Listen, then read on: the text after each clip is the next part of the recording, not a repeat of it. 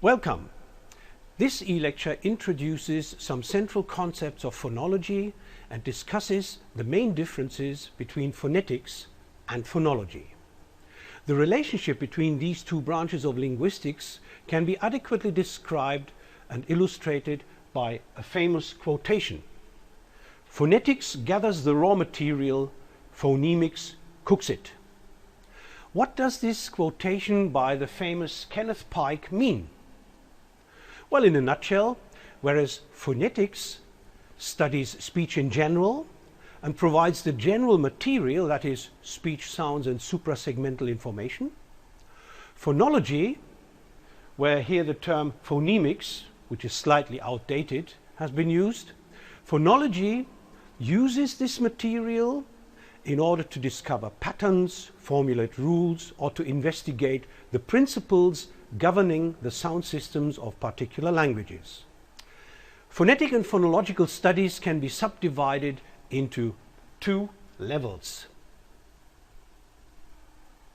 Level 1, the segmental level, or as my teacher David Crystal would have said it, this means basically what you say, and the suprasegmental level, which can be associated with how you say something.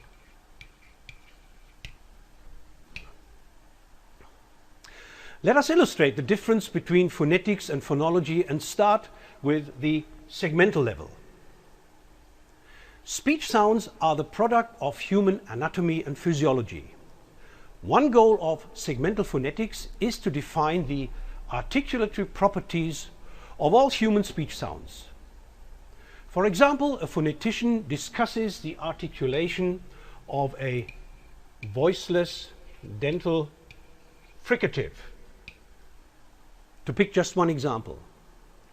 Then a phonologist who studies the sound systems of particular languages or the sound inventories of particular languages would ask, what is the function of this sound, this voiceless dental fricative, in languages such as Igbo, German, or English?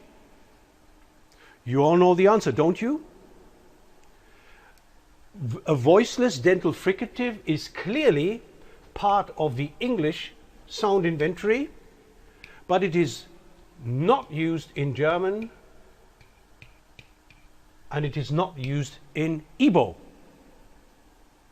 In other words, a phonetic study reveals how sounds are made. Phonology works out how these sounds are used in particular languages in order to convey meaning. Let us elaborate this difference between phonetics and phonology on the basis of German, my mother tongue, and English.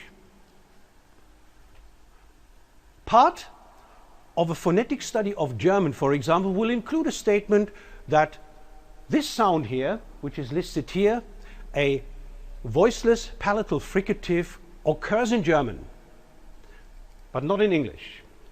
So here is an example, first of all, to show the articulation. Ja. Again. Ja. Okay, so this exists in German, but it is not really found in English. Likewise, a phonetic study of both languages will include a statement that these sounds, t, ts, and s, occur both in English and in German. So much for the phonetic analysis. However, the main phonological question is whether the sounds in question are functional sound units, that is, units that affect the meaning of words in that language or not. A phonetic study then provides an inventory and a description of the occurring segments. Phonology discusses the function of these segments in particular languages. In the case of our first example, the palatal fricative ch, the answer is pretty clear. It exists in both languages. In German, it occurs in contexts where a front vowel precedes words such as ich, Pech, möchte, Küche, or at the beginning of words such as China or Chemie. A phonologist would also say it is in complementary distribution with the velar fricative ch, which only occurs after back vowels, as in Buch, Doch or Dach. In English, however, it is, if it is used at all, highly restricted to contexts where a written H precedes. It is the same palatal fricative as in human, huge or humid. Phonologically, however, it is mostly analyzed as a combination of a glottal fricative plus a palatal approximant. Since languages may have the same inventory but different realizations of these sound segments, a mere segmental phonological study that states which segments occur in a language and which ones do not is only superficial. Consider our second example, the status of z in English and German. Well, we have two options. It could be one sound unit or two. Whereas German lists z as one segment, English does not. Why? Well, here is the answer. The German example is, in this case, Salz. And in English, we're using the example salts, the plural form of this word, the plural form of salt. Both German Salz, which means salt, and English salts involve the same final segment z. However, a structural analysis reveals that native speakers of English identify two consonants, whereas in German this is clearly one consonant. Where in German you have one letter and in English you have two, maybe orthography influences their decision. Furthermore, and this is more important, z has only a limited distribution in English. It normally crosses morpheme boundaries, as in what's, which stands for what is, states, which stands for state plus plural, or kit, which stands for kit plus plural. State, by the way, could also be a verb, state plus third person singular. So in each case, we have a morpheme boundary between the base form and the affix s. Thus, distributional and structural arguments support the different phonological analysis of z in English and German. One unit in German, two units in English. And what about the suprasegmental level? Well, again, there are suprasegmental inventories with clearly definable functions. The structures and phenomena beyond the segments are, among others, tonal phenomena, where, for example, in the so-called tone languages such as Chinese, tonal patterns express lexical distinctions or have a morphological role, expressing such features as tense or aspect. And then there are stress phenomena, where, for example, in words of more than one syllable, at least one syllable has more prominence and can thus influence the meaning of that word. These suprasegmental aspects are often discussed under the heading of metrical phonology.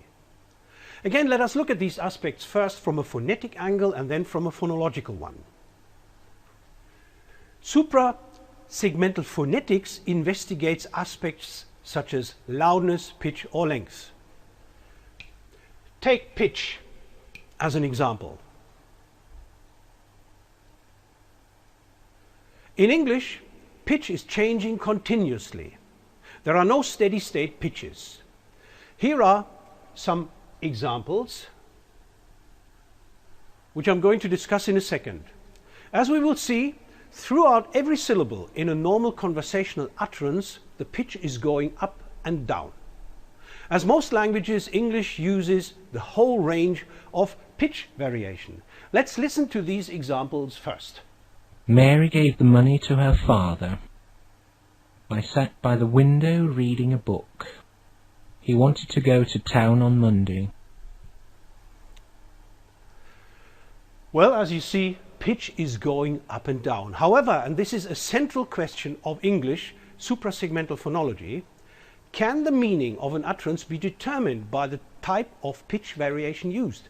Has pitch variation a particular function in English? Well, tonal variation exists in English. However, it is difficult to generalize. Imagine someone says, "I saw a pink elephant," and your answer is, "Really?" Does your answer, "Really," said with a level tone, always express boredom? Or does a rise such as "Really?" express excitement? Surely one can associate specific emotions with certain tones, for example, boredom with level tones. Yet there is no rule-based pattern. Thus, apart from a few examples where tonal variation leads to predictable meaning differences, the function of tone is restricted in English.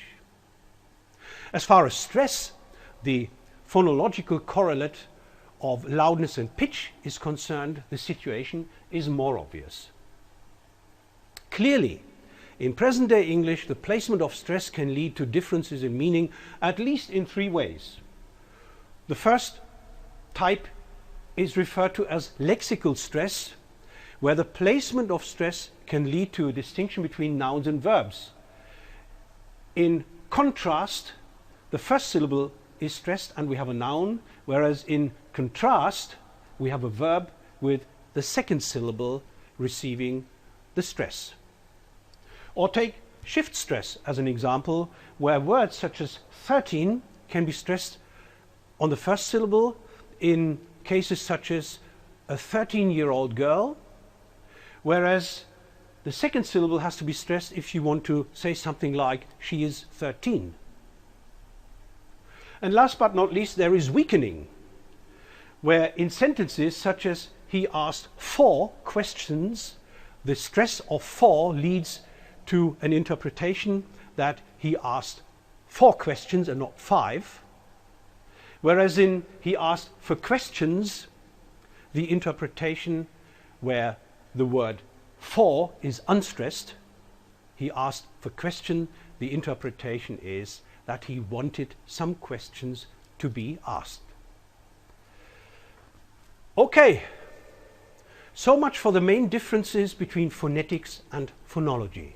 Perhaps the best way to remember these differences is the quotation with which I started. Phonetics gathers the raw material, phonology cooks it. Right, that's it for now. Thanks for your attention.